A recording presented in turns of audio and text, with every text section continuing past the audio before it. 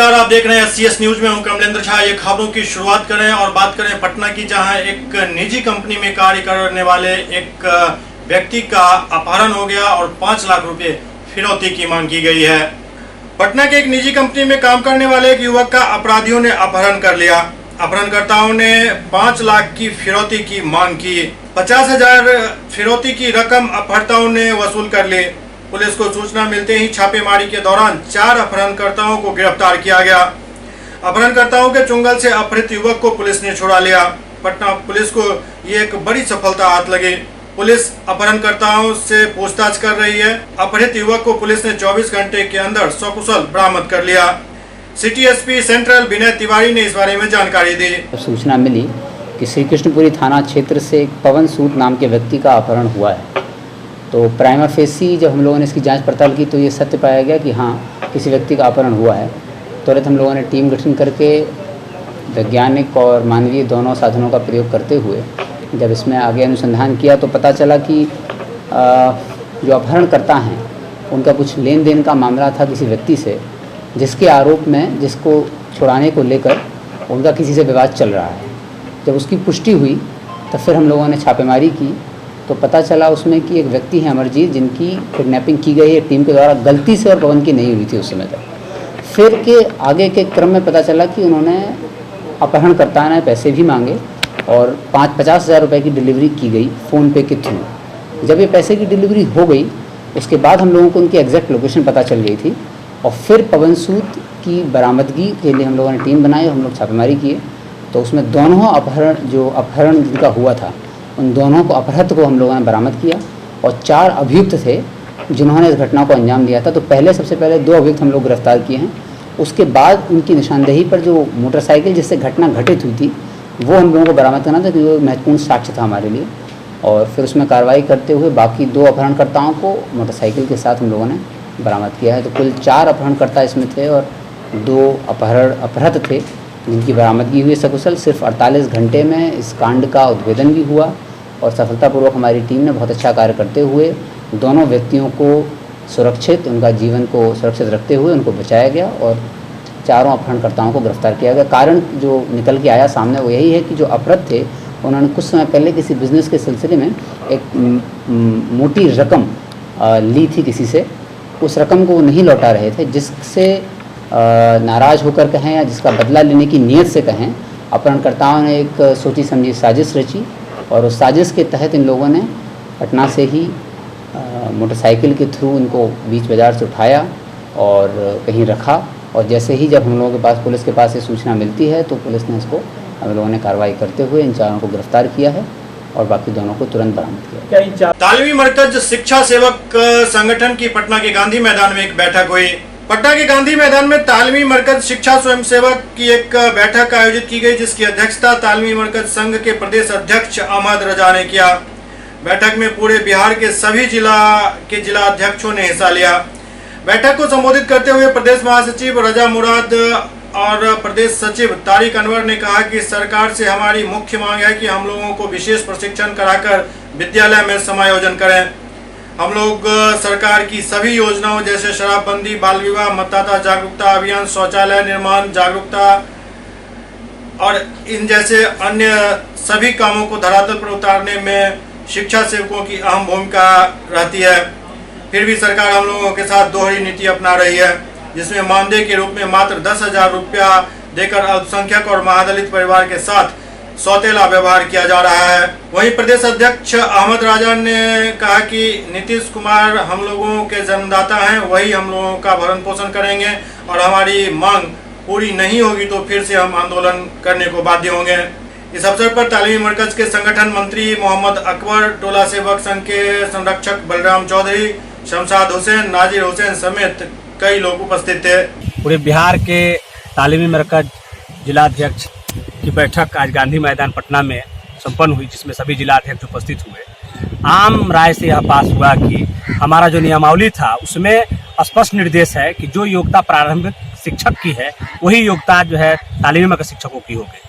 तो उसी के आलोक में हम लोग ये मांग किए सरकार से कि हम लोगों को भी शिक्षक बना दिया जाए। जिस स्कूल में कार्यरत है उसी स्कूल में शिक्षक के रूप में हम लोग को समायोजित कर दिया जाए। और क्या सरकार से मुख्य मांग है आपकी? सरकार से मुख्य मांगे हमारी पहले तो यही है कि हम लोग को प्रशिक्षित कराकर और नियम संगत जो हमारा नियमावली था कि प्रारंभिक शिक्षक की भांति इनकी योग्यता है, उसी के तहत हम लोग को शिक्षक बना दिया जाए। और उसके बाद जो है जो हम लोग का तालीमी मरकज में एक तालीमी मरकज जो प्रारूप था विद्यालय का, वही प्रारूप पुनः जो है कर दिया जाए। पटना के गर्दनी बाग में अपहरण का एक मामला संदेहास्पद होता जा रहा है, क्योंकि अपहरणकर्ताओं ने मोबाइल के मैसेज के द्वारा फिरौती की मांग की है। जांच चल रही है।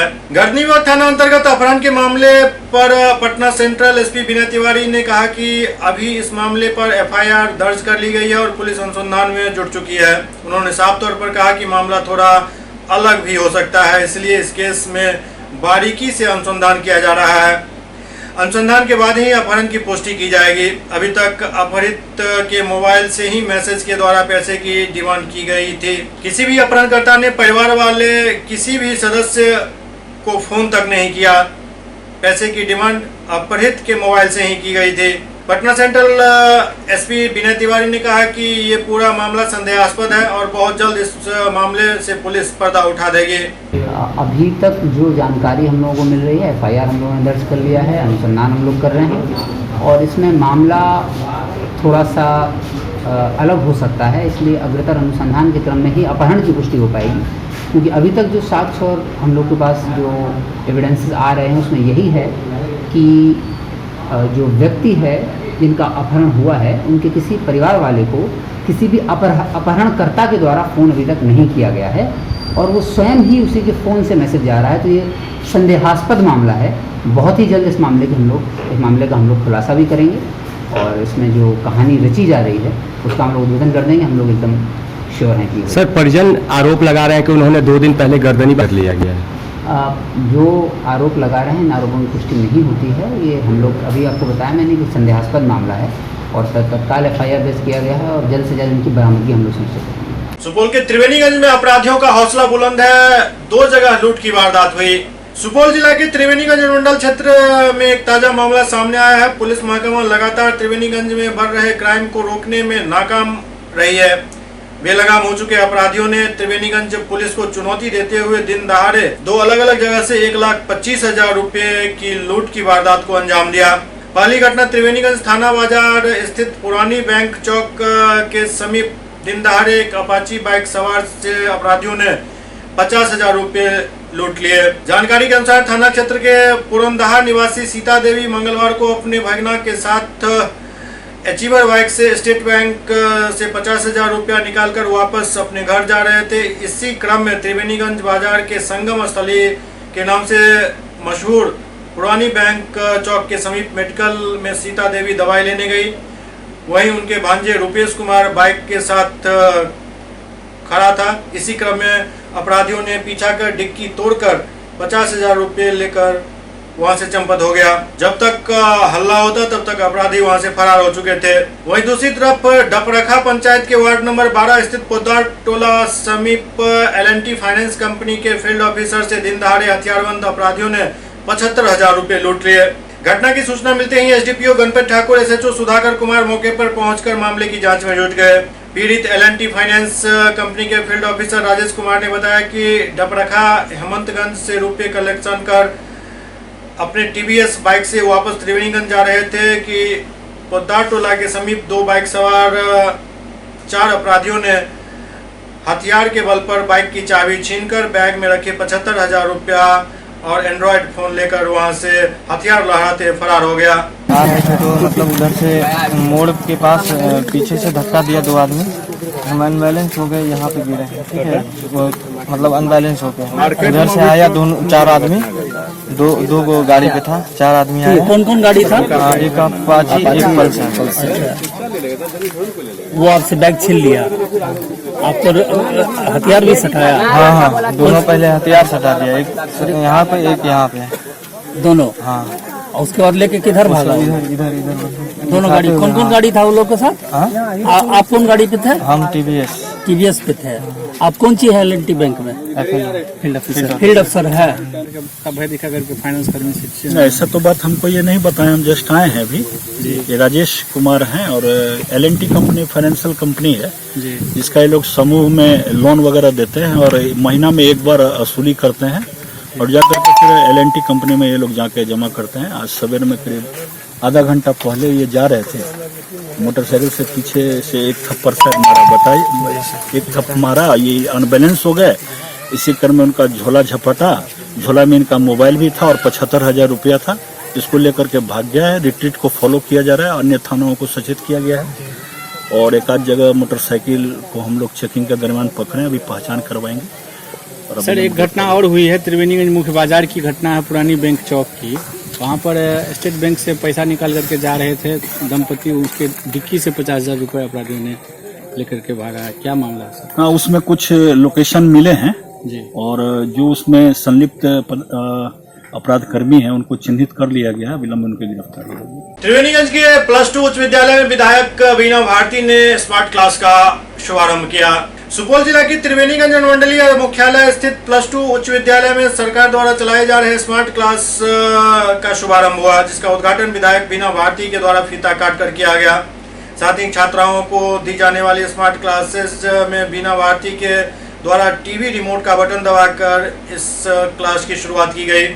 वहीं बीना भारती ने बताया कि बच्चों को स्मार्ट क्लास कराने से बच्चों का मन भी लगा रहेगा और पढ़ाई भी नए तरीके से हो पाएगी। वहीं दूसरी तरफ यदि इस स्कूल के बारे में देखा जाए तो 1946 में स्कूल शुरू हुआ था, लेकिन विद्यालय में भवन की हालत जर्जर हो चुकी है। भवन के लिए विद्यालय लालायित है। भवन नहीं रहने के कारण 10 कंप्यूटर खराब हो चुके हैं। वहीं विधायक बीना भारती ने विद्यालय में 2 भवन देने का आश्वासन दिया।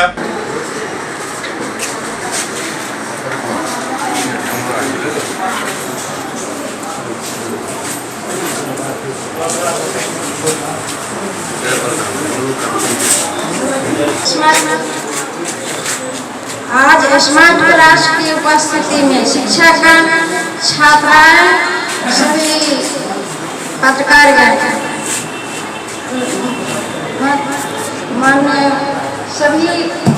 सभी को हार्दिक अभिनंदन करती हूँ। स्मार्ट क्लास बिहार सरकार की योजना छात्रा को पढ़ने में आसान होगा। नियोजित शिक्षकों द्वारा सुपौल में 5 सितंबर को अवकाश को लेकर एक बैठक की गई। बिहार राज्य शिक्षक संघर्ष समन्वय समिति के आह्वान पर नियोजित और नियमित शिक्षक बीआरसी परिसर में इकट्ठा हुए और एक बैठक की गई, जिसमें आवश्यक रूप से संजय गांधी स्टेडियम गर्दनीबाग पटना पहुंचकर वेदना प्रदर्शन को सफल बनाने का निर्णय लिया गया। शिक्षक संघ के जिला अध्यक्ष ने बताया कि साथियों किसी के बहकावे में नहीं है।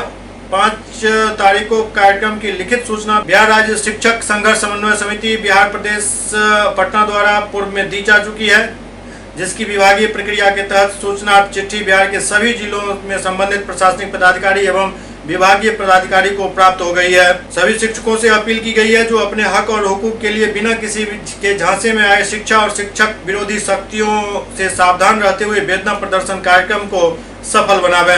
क्या उसको 1000 से आपका काम चल जाएगा? तो अब इसमें होगा क्या? होता ये कि कुछ लोग जा रहे हैं, कुछ लोग नहीं जा रहे हैं। जो जाने वाले हैं उनको सही, जो नहीं जा रहे हैं उनके साथ। लेकिन यहाँ जब देखा कि मामला कुछ गंभीर है तो हम लोगों ने उसको थोड़ा सा बिहार राज्य शिक्षक संघर्ष समन्वय समिति बिहार पटना के आह्वान पर हमारा 5 सितंबर को पूरे बिहार में विद्यालय बंद कर 1 दिवसीय धरना और सह वेदना प्रदर्शन कार्यक्रम हमारा संजय गांधी स्टेडियम गर्दनीबाग में है। उसके संदर्भ में हम तमाम अंचल के शिक्षक प्रधान बैठ करके निर्णय लेकर के पटना चलने की तैयारी की बात हम लोगों की हो रही है। अच्छा सर, ये बताइए, आप लोगों का कुछ शिक्षक बोल रहे हैं ये सम्मान समारोह का दिन है, उसमें उसके विषय में क्या कहना चाहते हैं? मैं आपको बता दूं कि सम्मान सरकार के द्वारा सम्मानित होना गर्व की बात नहीं है। हमारा सम्मान हमारे बच्चे करते हैं, हमारे अभिभावक करते हैं, उससे बड़ा सम्मान सरकार के द्वारा हो नहीं सकता। हम डॉक्टर राधाकृष्ण सर्वपल्ली राधाकृष्णन के जन्म दिवस पर गर्दनी बाग की धरती पर हम उनको माला अर्पित करेंगे, पुष्पांजलि अर्पित करेंगे और वहीं शिक्षक दिवस मनाते हुए हम अपनी वेदना का प्रदर्शन करेंगे। क्या नाम हुआ सर आपका? मेरा नाम सुशील कुमार सुमन, संयोजक बिहार राज्य शिक्षक संघर्ष समन्वय समिति त्रिवेणीगंज। सुपौल में अपराधियों ने पोस्टमैन की कनपट्टी पर पिस्टल रखकर गोली चला दी। सुपौल जिला में अपराधियों का हौसला इस कदर बुलंद हो गया है कि अब वो दिन दहाड़े सरेआम गोली मारने से बाज नहीं आते हैं। ताजा मामला किशनपुर थाना क्षेत्र के मलाड गांव के पास NH 327 पर घटी है, जहां अपराधियों ने दिन दहाड़े ड्यूटी पर जा रहे पोस्टमैन को गोली मारकर आसपास के इलाके में दहशत फैला दिया। घायल पोस्टमैन मोहम्मद शमीम सदर बाजार के रहने वाले बताए गए हैं, जो भीमनगर के पोस्ट ऑफिस में पोस्टमैन का काम करते हैं और अपने बेटे के साथ ड्यूटी पर जा रहे थे। बेटा बाइक चला रहा था और पोस्टमैन पीछे बैठे हुए थे। बताया गया कि तभी पीछे से बाइक सवार नकाबपोश 3 अपराधियों ने जो बाइक पर आया उस पर गोली चला दी। शमीम के कनपट्टी पर पिस्टल रखकर गोली चलाई गई। शमीम द्वारा बताया गया कि वो एक अपराधी को पहचानता है। इधर घायल को इलाज के लिए सदर अस्पताल में भर्ती कराया गया, जहां उसकी स्थिति नाजुक बनी हुई है। पुलिस मामले की छानबीन में जुट गई है। और ये क्या करते, कहाँ पर था बेटा? ये गाँव का नाम मलाड के पास है। मलाड जो है, हम पीछे बैठे हुए थे। उसके बाद बेटा मेरा ड्राइव कर रहा था, हम तो नहीं चलाते हैं गाड़ी। लगा कुछ आवाज आया, उसके बाद दम गिर गया, बेटा गिर गया। अब उसके बाद वही जानता है गोली का आवाज, लेकिन था चेहरा हमको लगा बशीरवा का बेटा है छुटका, उसको मैं चिंता हूँ। क्या नाम है उनका? उनका नाम सद्दाम है। उस लौंडा को मैं चिंता हूँ, मुंह में कपड़ा बने हुआ था, पीछे बैठा हुआ था, एक ड्राइव कर रहा था। बेगूसराय में एक महिला को मॉब लिंचिंग का शिकार होने से एक युवक ने बचाया।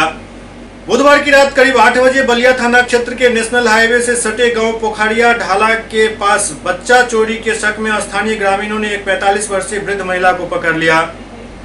जब महिला से सवाल किया तो महिला जवाब देने के बजाय भागने लगी, जिससे ग्रामीणों को शक हुआ और उस महिला को ग्रामीणों ने झुंड बनाकर घेर लिया। लोग मॉब लिंचिंग करने ही वाले थे कि 10 की संख्या में मुस्लिम नौजवानों ने मौके पर पहुंचकर उस महिला को मॉब लिंचिंग का शिकार होने से बचा लिया। मुस्लिम नौजवानों ने इसकी सूचना स्थानीय बलिया थाना को देकर उक्त महिला को पुलिस के हवाले कर जान बचा लिया। इस घटना की खबर आग की तरह पूरे इलाके में फैल गई, जहां बड़ी तादाद में लोग जमा हो गए थे।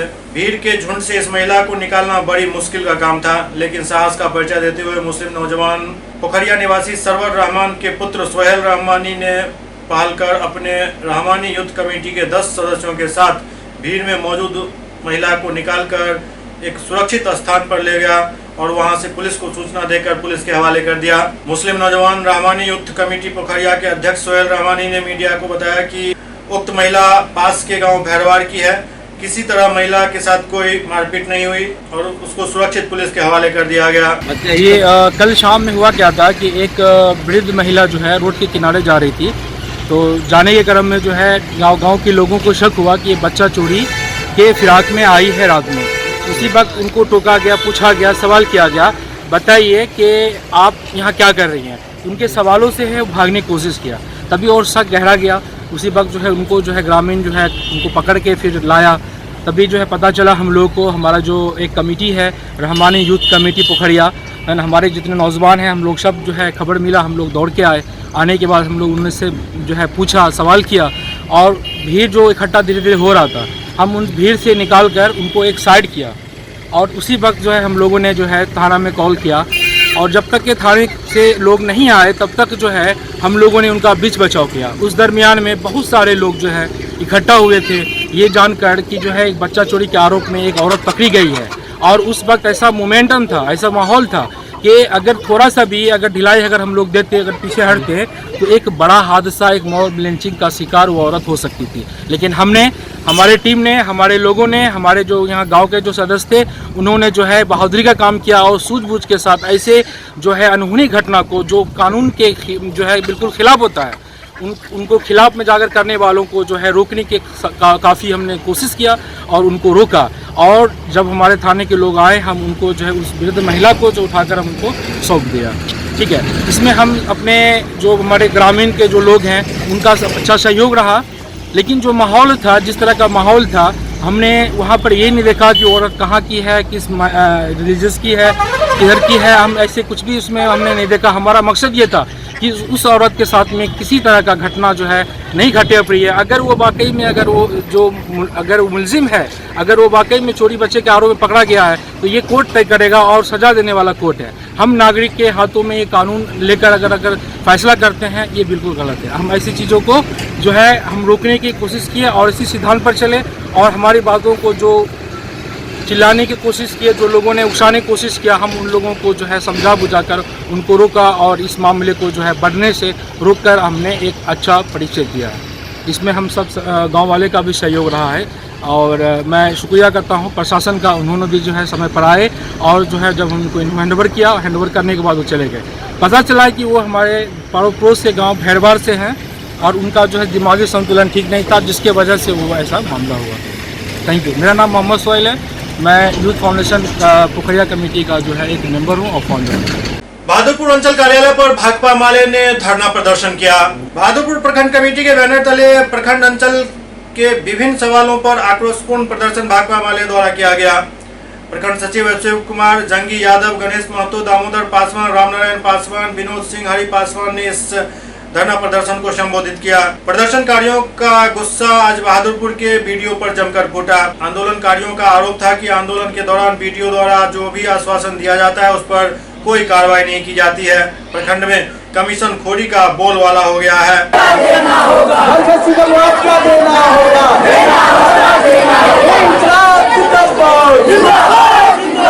आज हम लोग बहादुरपुर प्रखंड अंचल कार्यालय पर दस्तक देने आए हैं। पिछले 1.5 महीने से लगातार धारावाहिक आंदोलन के माध्यम से प्रखंड अंचल कार्यालय पर जनता के विभिन्न सवालों को हम लोग रखते हैं। विभिन्न सवालों को लेकर के हम लोग अपनी बात रखते रहे हैं, लेकिन पूरा प्रखंड अंचल प्रशासन तमाम सवालों पर निष्क्रिय रहा है और पूरे प्रखंड अंचल के अंदर में भ्रष्टाचार का बड़ा आलम चल रहा है। हम सबसे पहले प्रखंड की बात करना चाहते हैं। हम प्रखंड के अंदर में पूरा इंदिरा आवास का मामला हो, जल नल का मामला हो, शौचालय का मामला हो, तमाम जगहों पर पूरा कमीशन खोरी हावी है, दलाल बिचौलिया हावी है। हमने पिछले दिनों पीढ़ी पंचायत के प्रधानमंत्री आवास सहायक के खिलाफ ठोस रिपोर्ट दिया था, उसको पीढ़ी पंचायत से हटाने की बात की थी, लेकिन आज तक वो हटा नहीं, उसको हटाया नहीं गया। हमने इस सवाल को उठाया कि पूरे पंचायत शौचालय के मद में बड़ी हेराफेरी है। जिन्होंने शौचालय बना लिया उनको आज तक शौचालय नहीं मिला है, उसको शौचालय का पैसा नहीं गया है, और जो बनाया नहीं, जिनको केवल कागज पर दे दिया जा रहा है, ये पूरा खेला बेला चल रहा है। हमने जोगियारा में आज सवाल ये है कि जोगियारा के अंदर में एक भी जल नल योजना पूरा नहीं हुआ, पैसे की निकासी हो गई, एक भी घर में जल नल गया नहीं, और आप बड़ी बड़ी बातें कर रहे हैं, साथ निश्चय की बातें कर रहे हैं। हम लोग देख रहे हैं उगरा के अंदर में जनप्रतिनिधि, कमजोर जनप्रतिनिधियों को मुखिया प्रताड़ित कर रहा है। वहाँ वार्ड नंबर 12 के जो जनप्रतिनिधि है, वार्ड मेंबर है, उसको आप सभा के जरिए उसके काम को बाधित किया जा रहा है और उसको बीडीओ साहब प्रश्रय दे रहे हैं। उसको बीडीओ साहब गरीब को प्रताड़ित करने का काम कर रहे हैं, वार्ड मेंबर को प्रताड़ित करने का काम कर रहे हैं। तो इन तमाम सवालों को लेकर के हम यहाँ आए हैं। हम कहने के लिए आए हैं कि बहादुरपुर प्रखंड का 5 पंचायत सुखाड़ बाढ़ प्रभावित है, बाकी 2 पंचायत आंशिक है और शेष पंचायतों में रोजी की मार लोग झेल रहा है। उन तमाम पंचायतों को, 17 पंचायतों को आप अकाल क्षेत्र घोषित करो, उन तमाम लोगों को सुखाड़ राहत बांटो, ये सवाल हम लोग कहने के लिए आए हैं। बहादुरपुर के 23 पंचायत के गरीबों के सवाल पर, गरीबों के मर के सवालों पर लगातार आंदोलन चला रहा है। बहादुरपुर के कई पंचायत में 6 पंचायत के बार प्रभावित घोषित किया है। लेकिन संपूर्ण बहादुरपुर में अकाल क्षेत्र घोषित करो, अकाल सूखाग्रस्त मुआवजा सूखा राहत वितरण चालू करो, ये हमारा मांग है।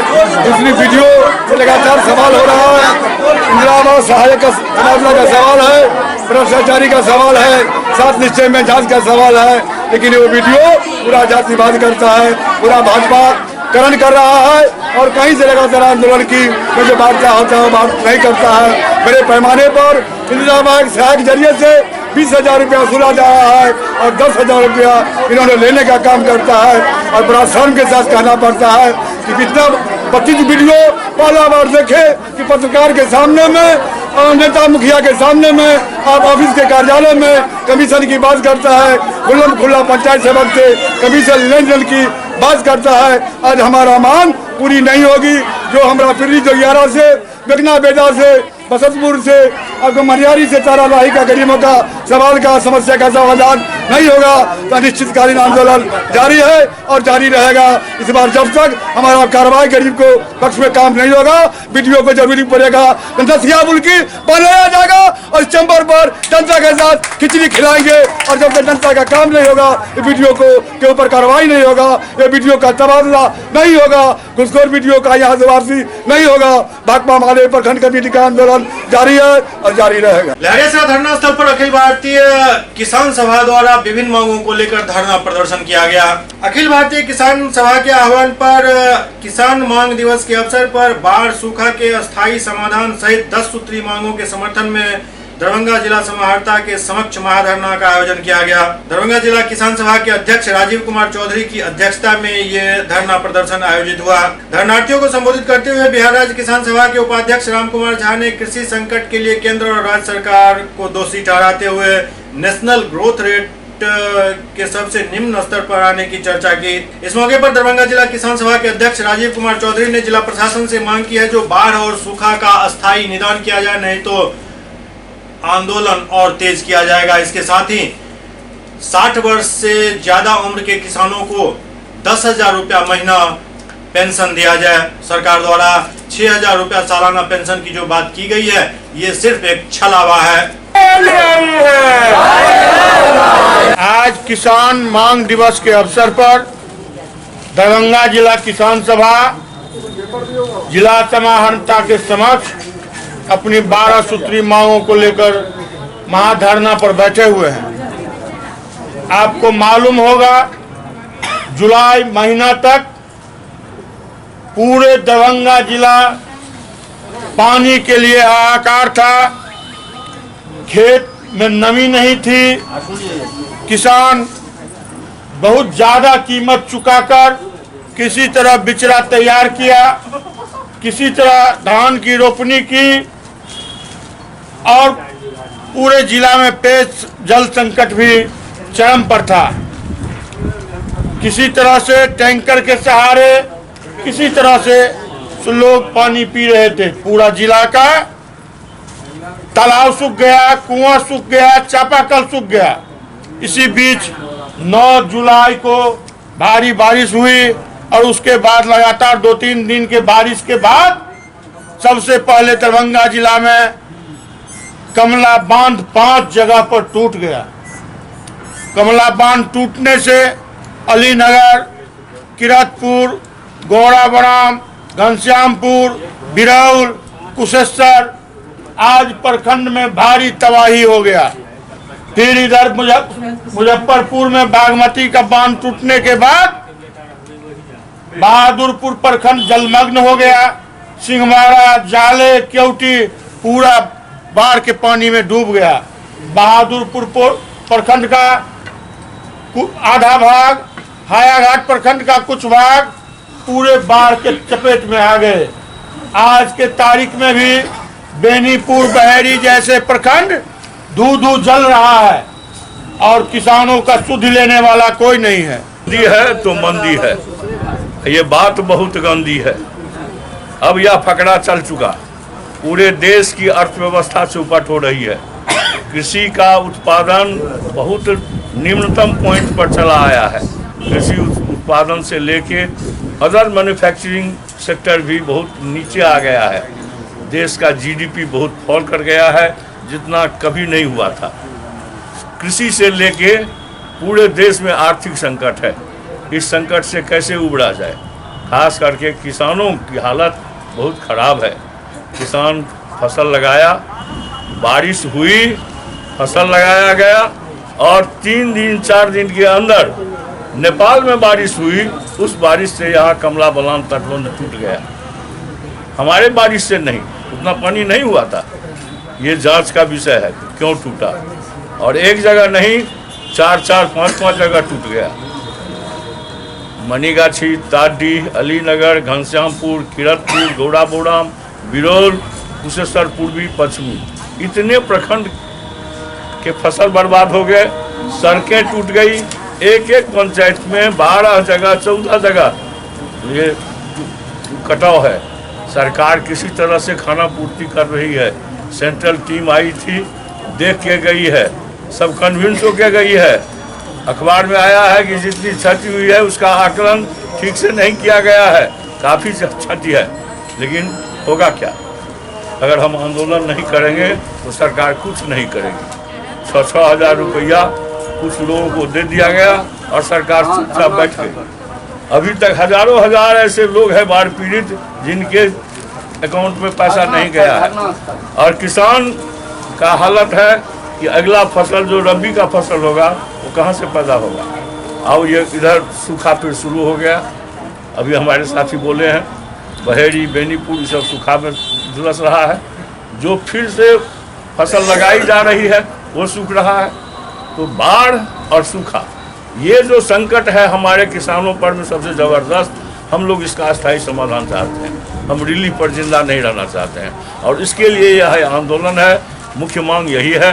वैसे किसानों को 60 वर्ष से ऊपर जिनका उम्र हो गया है उनको हम 10,000 रुपया पेंशन की मांग करते हैं। अखिल भारतीय किसान सभा की तरफ से पूरे हिंदुस्तान में यह मांग दिवस जो है कहीं धरना के रूप में, कहीं प्रदर्शन रूप मनाया जा रहा है। और हम लोग का जो मांग है वो उसमें खासकर मुख्य मांग है जो बाढ़, सूखा और बिजली का अस्थायी समाधान। और वह जो है अगर हो जाए, इसके बाद जो है खास करके यह मांग जो है मिथिला के लिए, जहाँ हम लोग रह रहे हैं, दरभंगा, मधुबनी, समस्तीपुर जिला जो है, यह प्रत्येक वर्ष किसी वर्ष जो है इसका किसी भाग जो है वह सूखा से, कहीं बाढ़ से त्रस्त रहता है।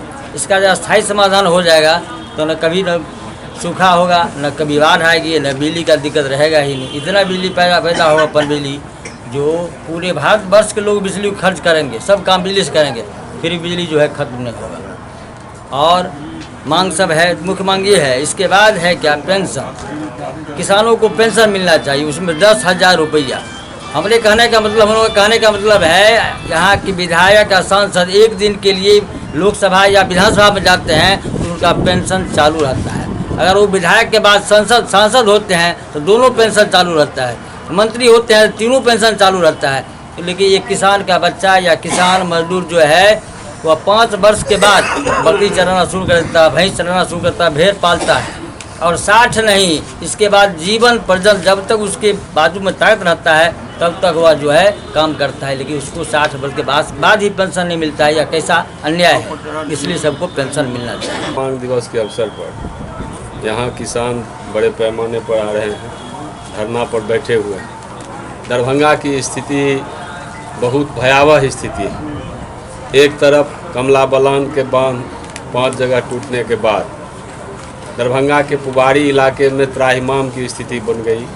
वहीं पश्चिम हनुमान नगर, हाया घाट से लेकर बहादुरपुर, इन तमाम प्रखंडों की स्थिति भयावह बन गई थी।